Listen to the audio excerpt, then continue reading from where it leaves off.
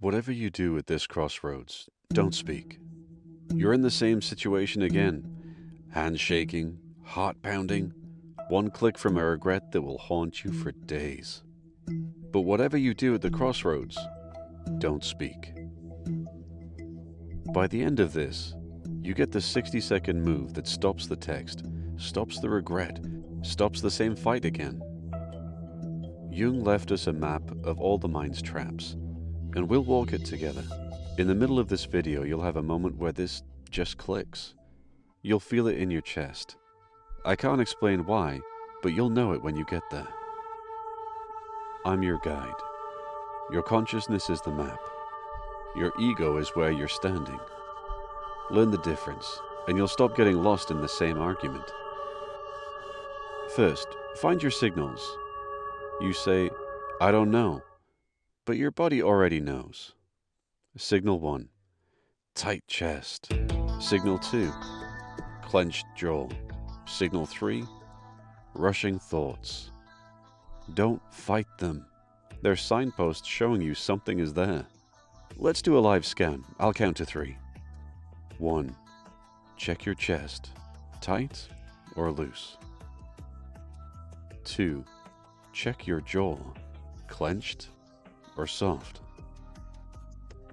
3, check your thoughts. Fast or slow? Find 2 out of 3? You're already better than when you started this video. You've just done something most people avoid their whole lives. You looked at yourself. That's what consciousness means. Noticing what's happening inside before it spills out. Naming steadies the hand that holds the map. If you only do this, notice your chest, jaw, and thoughts before you reply. You're on the way to becoming conscious. See that gate? That's the mask you wear when truth costs too much. It's useful at work, but painful at home. Eventually the masks slip, often when everything is silent. That's why you scroll at 2 a.m. instead of sitting with what is real. Test it. Breathe with me. Just 5 breaths. On breath 3, your jaw wants to argue with me. But on breath 5, something lets go. Do you feel it? Remember that tight chest from the first scan? Look at it now. The fog is thinning. You can see the ground now, but what you're about to claim next, most people turn back here. This is the elder, not you, but they live in you, like bone under the skin. Don't worship them. Borrow them. The wise elder lives here to be used, to point you in the calm direction.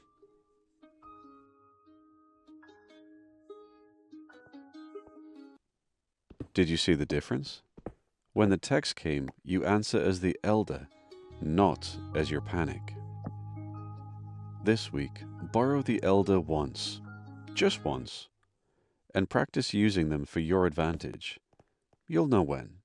But now we get to the real work. What you exile hunts you down.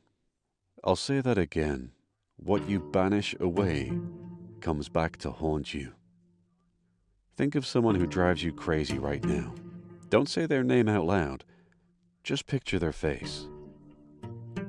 Now say out loud the trait you hate most about them.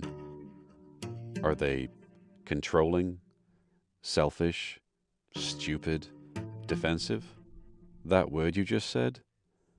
That's what we're claiming next. This is going to feel weird, but stay with me. I'll use controlling as the example, but use your word, whatever you just said. This is the practice you came for. Name, claim, aim. Say it out loud right now with me. Your word, not mine. Ready? Whatever you said, it carved itself into stone. You've named it. Now claim it. Say with me, this lives in me. You don't have to like it. Just admit the room exists in your house. Well done. You've named part of your shadow, and now you've claimed it. But aiming is where most people get it wrong.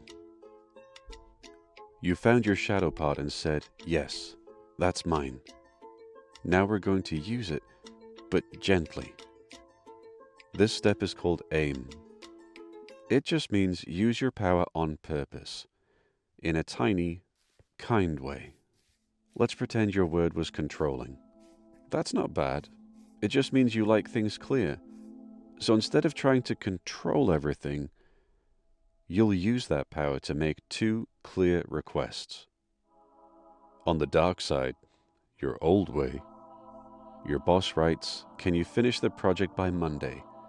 And your chest feels tight, your jaw squeezes. You type, "Sure," even though you're tired. Then you feel grumpy and worn out. Now let's try it the new way, the aimed way. You stop for 1 deep breath. You remember your word, controlling. You say to yourself, "I can use this to bring clarity." Then you type, "I can do it if I get the details by Friday. If that's too soon, let's pick another plan." Simple, clear, and calm. See? You didn't hide your power, you aimed it like a light, not like a hammer. When you use your trait on purpose, something unlocks inside you. That golden key was always there, and it shines when you act with awareness instead of reaction. Remember a few minutes ago when I said you'd feel something click in your chest? This is it. Check your chest right now. Different than when we started, isn't it? And when we move to the final chamber, this one changes everything. The final chamber. This is where you become the pause button. Your ego thinks in flashing lights, but your consciousness thinks in mood lighting. The ego solves by cutting. Consciousness solves by containing. That means don't rush to pick a side. Hold both feelings long enough for the truth underneath to show. Bring up a recent shame, something you did that you hate remembering. The harsh word that you threw, the deadline that you miss, the lie you told. Now bring its opposite. Times you were kind, diligent, honest. Hold them both. No verdict, no courtroom. Witness both in the same room.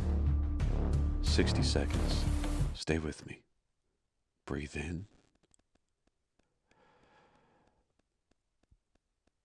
Breathe out. Again.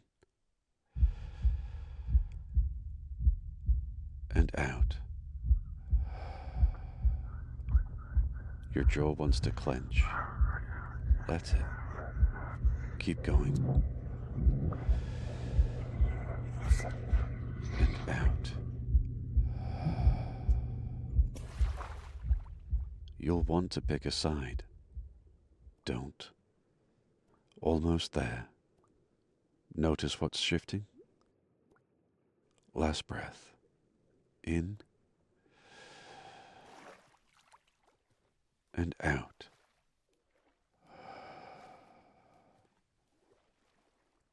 The tension eases because the fight was never between you and them.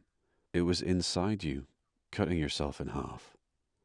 The smaller truth drops off by itself when you just hold the room. This is the final secret. Now, holding both doesn't mean saying that what they did is okay. It means you stop pretending you're made of only light, while they are made of only shadow. Whatever you do at the crossroads, don't speak. Name the 2 choices. Breathe. Watch which part is fear, which is care, and let the smaller truth drop without a fight. Remember the crossroads? This is why you don't speak yet. The pause is the power.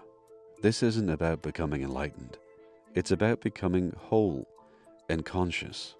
If this opens something, your next quest is here. How spirituality almost destroyed my life, and how to keep your awakening from eating you alive. Because naming your triggers isn't only for anger, it's about when I tried to rise above my problems instead of working through them. Take care, and check out our next video.